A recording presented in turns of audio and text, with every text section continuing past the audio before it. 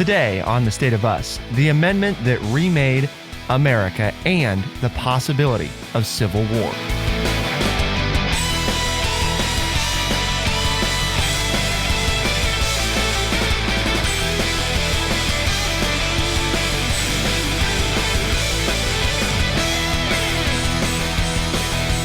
Welcome to The State of Us. I'm your host, Justin T. Weller, joined, of course, today by our friendly redneck liberal, Mr. Lance L. Jackson. So what amendment remade America? Is it the First Amendment? The second? No. The 14th, the basis for every claim against a state government for violating individual rights. Now, this is an editorial piece from the Wall Street Journal, and we're going to look at today the case for the 14th. You're probably sitting there thinking, what even is the 14th Amendment?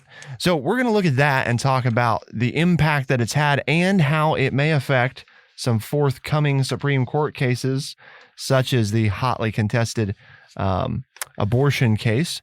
And we'll also look at the hot button issue right now of, you might have heard whispers here or there. Could we have another civil war? Is it possible? What would it look like? We're going to talk about all of that and more. But before we do, Lance, what is the word of the day? The word of the day is onus. O-N-U-S. 2 syllables. It's a noun. And the first definition, the one we're going to use today, is a difficult or unpleasant task, duty, etc., a burden. And it's going to be our onus today to try to break down the 14th Amendment and discuss the difficult task of, are the similarities there for another civil war? Or is that just so bizarre and out there that there's no way that could ever happen again? Because, there are things that would just never happen, right? Right. Yeah, definitely not at all possible. Well, that is what we're going to look at. And to get started, we're going to talk a little bit about why the 14th Amendment might be the most important in terms of what could be responsible for the legal situations that we deal with today. Well, the 14th Amendment, for those that don't know, was ratified in 1868, and it was part of what historians refer to as the Reconstruction Amendments. So a group of amendments that largely were responsible for pretty significantly reshaping some of the operations of our government entities as a result of their implementation. Well, it was the 13th, 14th, and 15th, which took place after the surrender of the Confederacy in the Civil War. So, the 13th passed in 1865, outlawing slavery in the United States. And then the 14th Amendment in 1868, as you noted, the idea being there that the Confederate States had to pass this in order to be readmitted into the Union. And it basically is the states cannot violate American citizens' rights under the Constitution. And then the 15th Amendment passed 2 years later in 1870, which basically allowed all males in the United States to then have the right to vote. So, those are the three that we're talking about, that are included in there.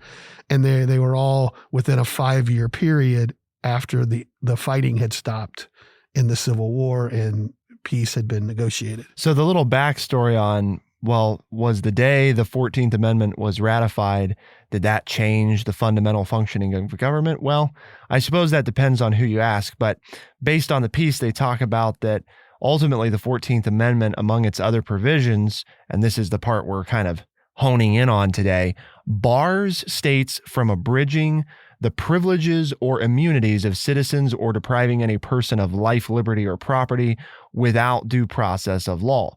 It's arguably best known for guaranteeing to all persons, quote, the equal protection of the laws, end quote. The 14th Amendment not only changed the structure of our federalism, but it extended the protection of fundamental rights. Before its ratification, the Supreme Court had held in Barron versus Baltimore in 1833 that the Bill of Rights didn't limit states' authority. That started to change in 1897 as the court, quote, incorporated various rights, holding that the 14th Amendment's due process clause obligates states to respect them. And in 2010, the court added the Second Amendment to the list. And in 2019, the Eighth Amendment's prohibition against excessive fines. Thus, every challenge to a state or local law or action that alleges an improper establishment of religion, the imposition of cruel and unusual punishments, or anything in between all of that is also a challenge to the 14th Amendment.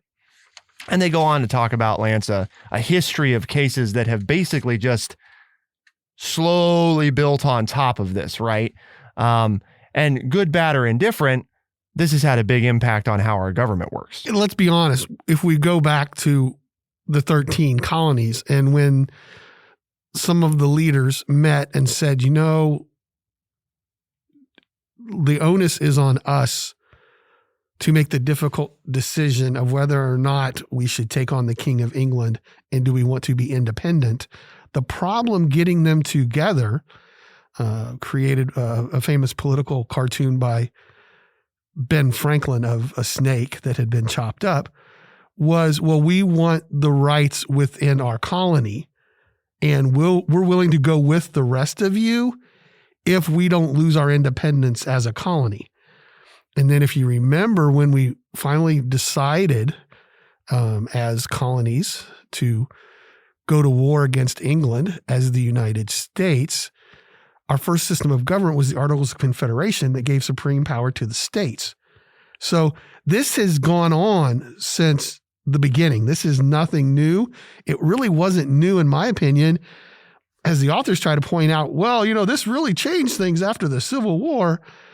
I would contend that this whole issue of states' rights and who has supreme power and who has the right to make people follow certain laws has been a dictum and a problem for us since we started discussing rebelling against the King of England. You know, and most people don't understand, well, we've always had the Constitution. No, we had the Articles of Confederation, which gave the states the supreme power. But we said very quickly that, yeah, this is not the way to govern. And James Madison led a group of people who the onus was on them to find a new system of government, and hence the Constitution was born. So this issue of states' rights is nothing new. And it's not just the Civil War, which is where a lot of people want to go.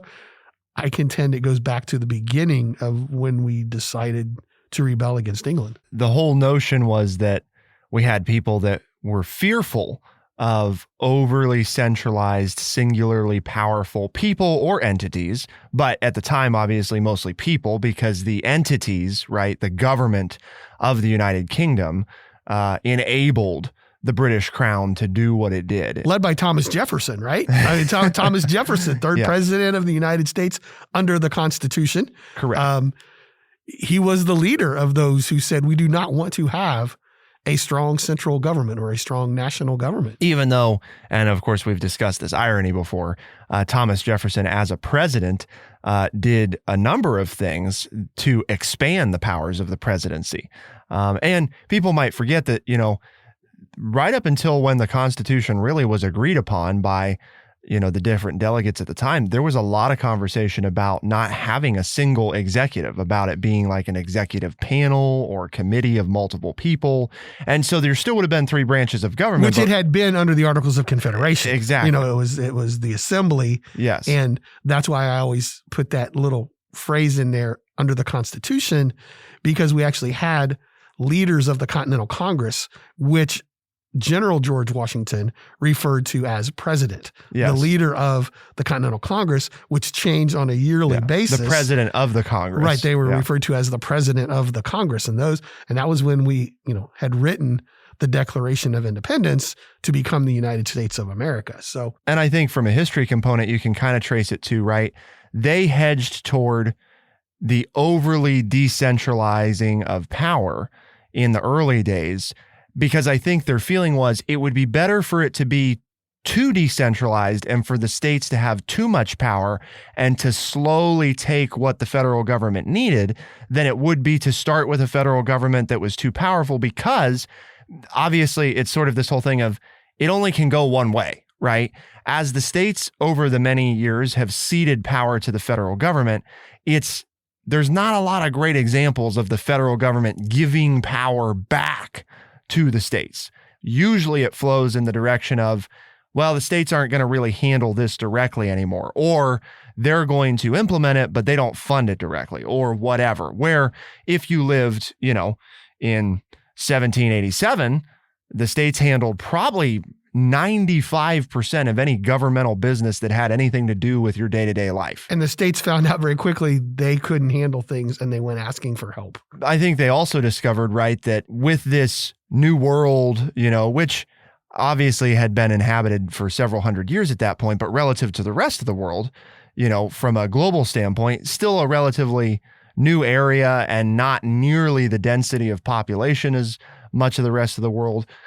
I think they discovered as well, hey, we're going to be fighting people a lot, and the reality is, if I'm Massachusetts, right, and I'm Virginia and I'm Florida and I'm whatever, I'm Ohio, it's a lot harder because fighting is expensive, especially to do it at scale. It's much easier if you pool resources together. Same reason that when you look at the major world wars, one of the first thing that happens, right, is all these alliances start forming because it's, okay, well, who's going to be on my side, right? Who are we going to go to battle with? Because it's expensive, it's costly. You got to know who your friends are and who your enemies are. And so I think there was also a necessity that they realized of, yeah, we're probably not going to make it on our own. Even if we could figure out the administration to the people of what they need and what they want us to do, we've still got this, glaring fundamental issue of collective security. And that's from the theme song of the Mary Tyler Moore Show back in the 70s. She throws her hat up in the air and you're going to make it on your own. Uh-huh. There you go. That's what the TV people borrowed from that, right? You're going to go out on your own. You got to make it on your own. That's right. And to your point, whether it's an individual or the states or a nation, you find out very quickly it's tough to make it on your own. And you start looking for those alliances. You start looking for those friendships because you don't want to carry that onus of the entire responsibility of your success or failure is on you. So you look for other folks to help you out. Yeah. Well, the thing for people to think about as we transition in this conversation about Civil War is, I think we all assume, because most of us know the basic, workings of government, is if the federal government decides something, right, it has supremacy over the states, unless it's a right that's specifically reserved to the states. Well, that's not, even under the Constitution, it really didn't operate that way all the time until the 14th Amendment and until the subsequent Supreme Court cases after that said, no, just even if you don't like one of these things, you can't just pass a law that flies in the face of it. You have to comply whether you want to or not. And that was arguably the formation of the Constitution and the 14th Amendment in those orders are probably the two largest things that have affected the rights of states, all the way leading up to modern day. And to Lance's point, it's much of what the Civil War was fought over. So it may seem rhetorical, but what did lead to the Civil War? And are we even in a similar potential situation today? Well, to find out, keep it here on The State of Us. We'll be right back.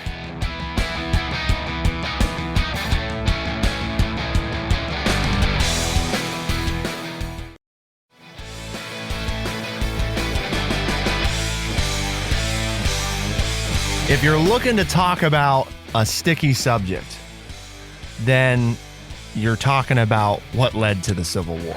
Because, it's going to depend on who you ask. And some people are going to declaratively tell you it's this or that or what it is or what it's not. But the onus falls on us today, doesn't it, Lance? Well, in a sense, and I will say this, that depending, on those people that you call historians, right, that we call historians. Okay, such as yourself. Depending on when they were discussing the events of history, there are different ideas on what caused the Civil War. So when you say, like today, the major group of historians that are recognized say it was slavery. And that's where it is. And that's not untrue. But if you study the 4 or 5 other generations of historians who looked at the events leading up to the Civil War, they say different things. So you can rightfully claim, and when you send your emails to the State of Us, okay, and let us know podcast at thestateofus.org what your feelings are about this, which is, we'll gladly read them.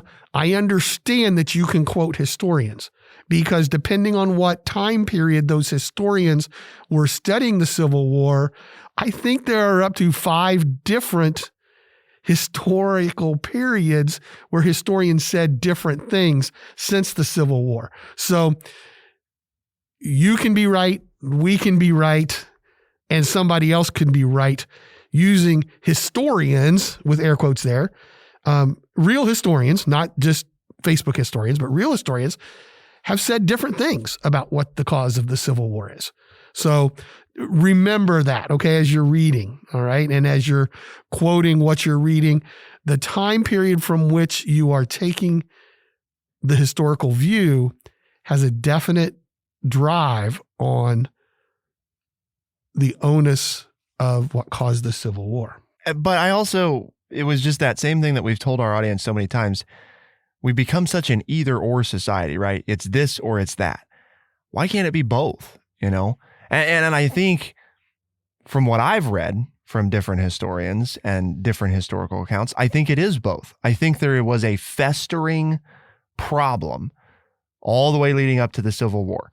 There was the issue of how much authority do states have, especially when it comes to disregarding what the federal government has instructed them to do. And that issue that boiled over, that was so contentious that we took up arms, was slavery. The structural issue was related to my state wants slavery. Your state doesn't. And you're telling me that I have to do what you want. And I don't agree with that. But the first time we almost went to civil war as a nation was over taxes in the War of 1812. And the only reason we didn't, because there were actually meetings, and it was the North that was going to secede. They actually had a meeting called the Hartford Convention where they were going to secede because they didn't like the trade bills that had been passed by James Madison, a Virginian, and they were going to vote for secession. Now, whether they would have or not, we don't know. And the only reason they didn't take the vote was because word got back that we had won, that the British had acquiesced and the war was over. So like, okay, so now the trade barriers are gone, so we'll go ahead and continue in the country. Then there was Andrew Jackson, and he basically threatened to send troops into South Carolina, not over slavery, but over the tariff issue. And South Carolina was saying, we're not going to pay the tariff. And Jackson says, yes, you will, because I'm the president of the United States. And if you don't do what I say, I'm going to send in troops. And South Carolina, Calhoun, the vice president of Andrew Jackson, resigned and said, okay, I'm going back to South Carolina. Come on and try to bring your troops down here and make us pay this tax. And if it weren't for Henry Clay of Kentucky, the great compromiser, he wrote a compromise. So there was the North threatened to secede in 1812. The South Carolinians threatened to secede in the 1820s and 30s. And then it happened in the 1860s over the issue of slavery. So it was trade embargo, tariffs, slavery. The common theme through all three was states' rights. Being in a democracy, a republic, means, I mean, the very nature of it, right? I was doing some reading on popular sovereignty, right? And the doctrine that letting ultimately the people decide, right? Well, it's the citizens, you, me, we have sovereignty, right? A level of sovereignty. And arguably the organization of the United States is this notion that we are abdicating some of our sovereignty to a centralized power, or delegating it would be, probably the more acceptable term. But I think part of what we're doing is saying, yeah, I don't feel like dealing with this. I don't want to have to take care of that. So I'm stepping aside and giving that authority to somebody else. And that's the whole, our government derives its authority from the people. And the philosophical belief that the government isn't powerful in and of itself. It's powerful because we have given it our power. But that also comes with, and it's not just states' rights, it's all these cases we've had about individual rights, which is part of what the 14th Amendment is about, is when the government tries to impose a different way of life on you than the way of life that you want, when can you say no? And when do you have to do what you've been told? Even though, because that's where people say, well, I want to take my sovereignty back then, right? And that's this problem, the problem with the states. Well, the states, like the federal government's there to defend them from Great Britain or whoever, the Indians, whatever it might be, right? Well, we like that. Okay, but we don't like that we have to pay the tariffs, so we want you to defend us and we don't want to pay the tariffs. Well, no, if you want us to defend us, then you have to accept that you're also going to do this other thing. And I think that's to your point, Lance, that's been going on since before we became a country. That was the discussions about how are we going to handle this as colonies? When do we have the right to say no to a king, And the irony obviously there is that, we said, well, we do have the right, this isn't fair and we're not going to put up with it. So we're leaving you. And then the United States over its history, many a times has fought this issue of secession of our own territories and states, which is not really all that undifferent than what the British Empire suffered as it gave up territory, has continued to give up territory all the way to modern day, basically. So, and because of the Constitution, and because the founding fathers didn't like the way the Articles of Confederation worked, they gave the supreme power to the federal government. So when you as a state want to break away or not obey a federal law, the Constitution says you don't have that right. We changed that and said you can't do that. I think it's really significant that you point out that when people clamor about, well, the state doesn't have to do this, they forget all of the federal money and federal aid and federal help that is spent in their state. I mean, just be careful what you ask for, because sometimes you get it and there are a lot of things then that you don't have when you throw out the person who you don't like telling you what to do.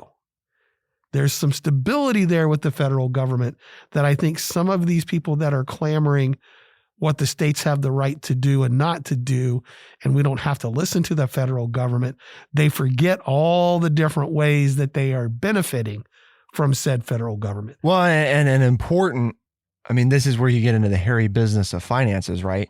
In the very, very early days, again, most of the money, if there was government money that affected you, it was probably state government money. Well, as time went on and we say, okay, well, we got to have this army, we got to have this navy, we need these things that connect different states.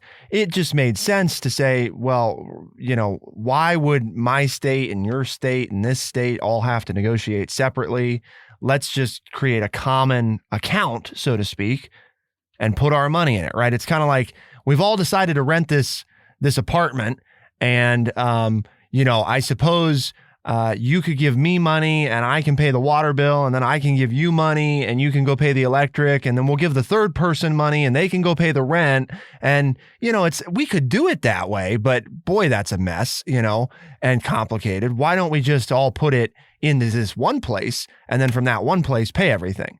And that's definitely way oversimplifying the federal government, but in a lot of ways, that is sort of the idea behind it. And I think the other thing that's hugely important to understand is state and local governments do not have the economic or legal authority to run fiscal deficits to encourage aggregate demand like the federal government does. And that's where you get into, because you might ask yourself, well, okay, but the federal government does all this, so why couldn't the state just do it, right? Why can't the state of Ohio just do it? Well, that goes back to this whole thing of we run a deficit at the federal government, deficit spending at the federal government, right? The difference is every state is required to, they can have debt, right? In other words, we can borrow money and do the thing, but We have to be able to, in our budget, we have to be able to pay for that debt out of the money that we already have. So we can't borrow money to borrow money to borrow money, right? The federal government can do that. And that's the big difference, because we forget as a society that we live on an unsustainable tract at the moment, right? From a state standpoint, no state could fully fund its own initiatives right now without drastically increasing its income taxes. It would be impossible because they're so subsidized by the federal government, which, by the way, as a reminder, borrows more money than it brings in. And it borrows money to pay its money that it owes, so a state can't do that. Not exactly. And the federal government can. And I think that's your point, Lance, about we're reliant. If you like your way of life, it's largely enabled by the federal government. Well, I know we're running out of time in this segment, but to your point, I would like to discuss just very briefly, coming back, the whole idea of transportation in your state and the key role that, just as one example of the impact of the federal government. Yeah. How does transportation too play into the possibility of civil unrest or even civil war? And of course, in the last segment here, the big one you've all been waiting for, what are the real likelihoods of a civil war again, and what could that look like? To find out, keep it here on The State of Us, and we'll be right back.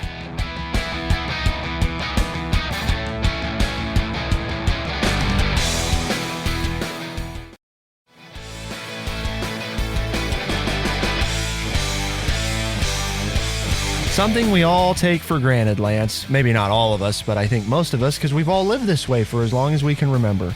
Lance is from the great state of Missouri, right? Well, he lives in the state of Ohio now. And last I checked, you didn't have to fill out any ultra complicated paperwork or get approval or nothing. All you had to do was load up into your family's car and hit the road, baby. And then you show up in Ohio, you rent a place or buy a place, and you get your new, state's driver's license. And I mean, you didn't have to apply or get approved or none of that, right? Didn't have to ask permission. It just happened. My parents loaded up the truck, and instead of Jed Clampett moving to Beverly Hills, we moved to Columbus, Ohio. Yep. Same thing though. It was the same truck, same grandma on top in the rocking chair. People from Missouri are Missourians or Missourians. I was from the Ozarks. Missouri is split. There's the northern half of Missouri and the southern half of Missouri. Since we're talking about the Civil War, yes, we are two different entities within the same state boundary. Okay. Yes, very much so. Yes. But I think we could turn almost to what's going on with the UK right now and the European Union, right? As a great example of, and we've discussed this theme a little bit before, how the European Union is really sort of a modern example of a larger republic similar to the United States. We're just much older, and our states were much smaller and sparsely populated, and the European Union's plan on more of a country scale. But there's interesting comparisons, and one of those, I think, Lance, is we're seeing right now, right, all these issues that came up with, well, you're your own thing now, so you can't just, Lance can't just meander over the United Kingdom border into wherever he wants, whenever he wants, because we don't have that set up. So, and you can't just bring your goods in here and sell them, right? And I have to get a passport. Yep. It becomes international trade instead of trade within the same country. Yep. Domestic trade. And it becomes, the taxes and the rights and and I was thinking of the roads, the whole interstate highway system was built by the federal government. You're trying to fly an airplane, you follow FAA regulations, federal aviation. So then your state would have to have its own rules about flying. And then what's the safety standards for us as individuals traveling between these different countries / states? So, I mean, there are all of those things that you have to think about when you start to discuss this question of whether or not there could be another civil war. When you look at it, let's say, 50% chance, right? 50%, more than 50% saying, yeah, you think it's likely to, less than 50% you think it's unlikely to. I think it's unlikely to happen, but I don't rule it out Because when you hear what these governors of some of these states are saying with the issues of mask mandates or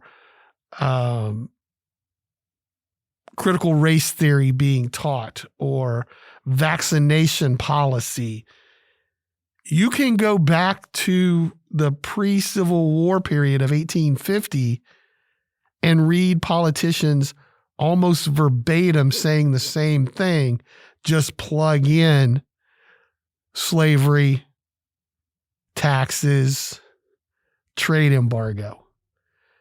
The issues are different, but the verbiage that's being used is eerily similar. So to say, oh no, there's never going to be another civil war. We're better than that. We're smarter than that. We wouldn't do that. We wouldn't upset the apple cart that is the almighty, powerful United States. We would never do that.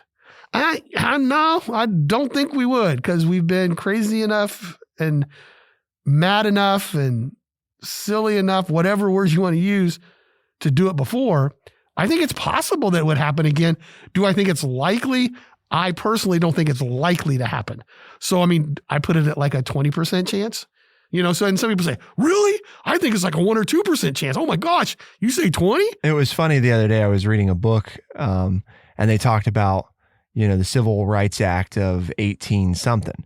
And you'd be like, what? The Civil Rights Act of 18 something? I thought the Civil Rights Act was in the, 1900s. Well, there was a Civil Rights Act in the 1900s, but there were Civil Rights Acts in the 1800s too. And until, the 1900s, that was the Civil Rights Act because it was the only one that existed. So, but the reason I bring that up is because in my mind, I think one of two things, I hate to say is needed, but seems like is inevitable. Either an important collective group of legislative action, or we're not going to put up with stuff. And it's also possible that, by the way, doing that group of actions could lead to civil war, or civil war could lead to doing that group of collective actions. Because if you look at the Civil War, right?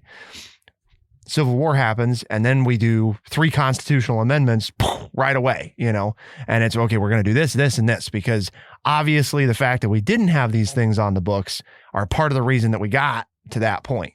So it could preempt it, it could come after it, or the hope would be we do it and there is no war because what we do, peaceably satisfies enough people, or enough people can live with it, that we don't get to that.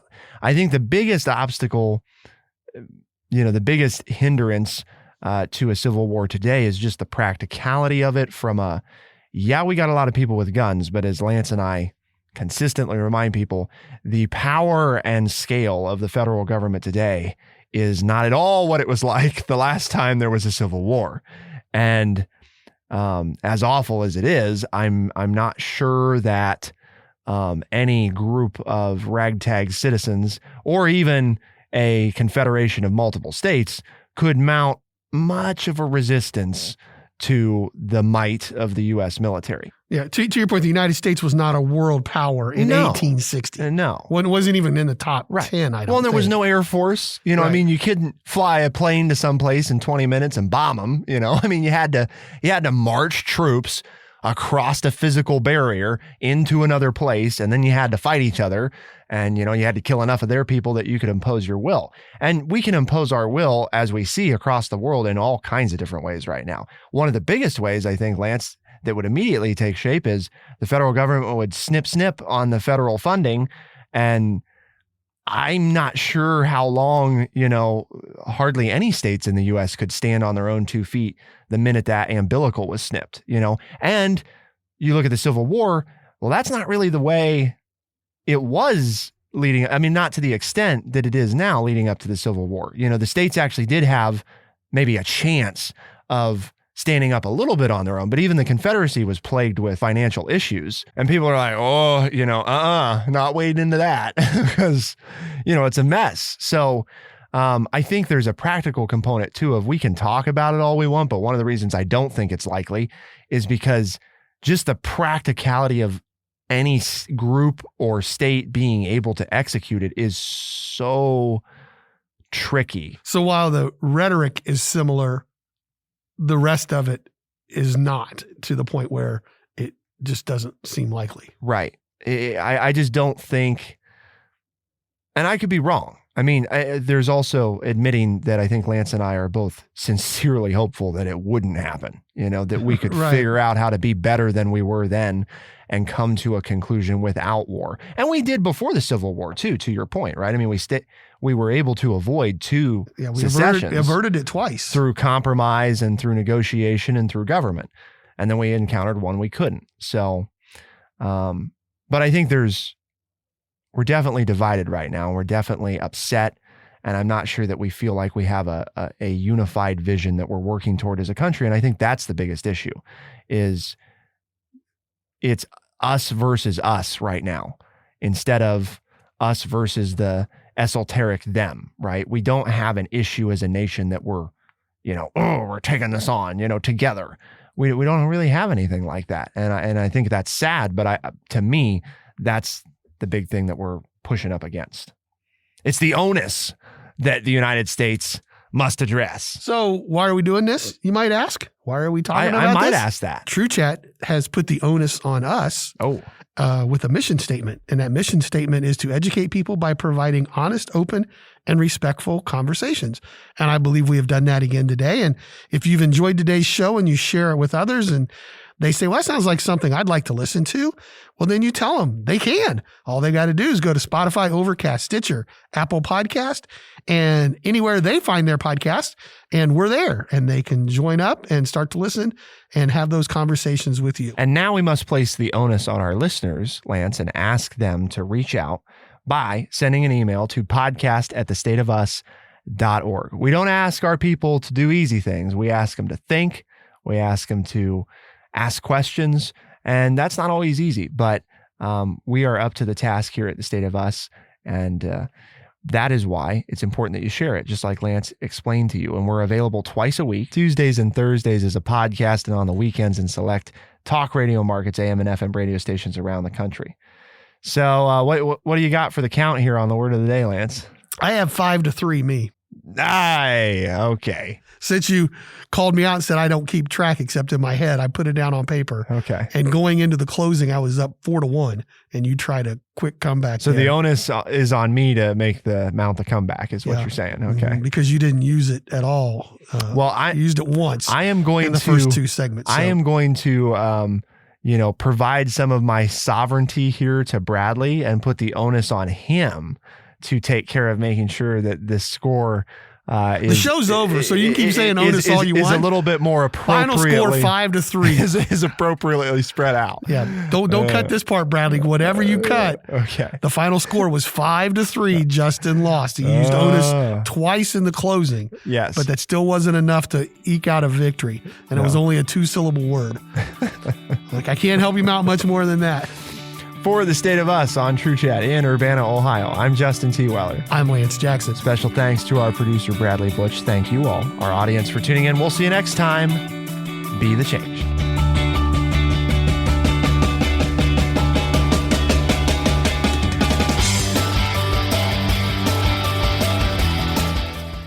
Be sure to check out our website, thestateofus.org, for books, articles, and all the ways to tune in. thestateofus.org.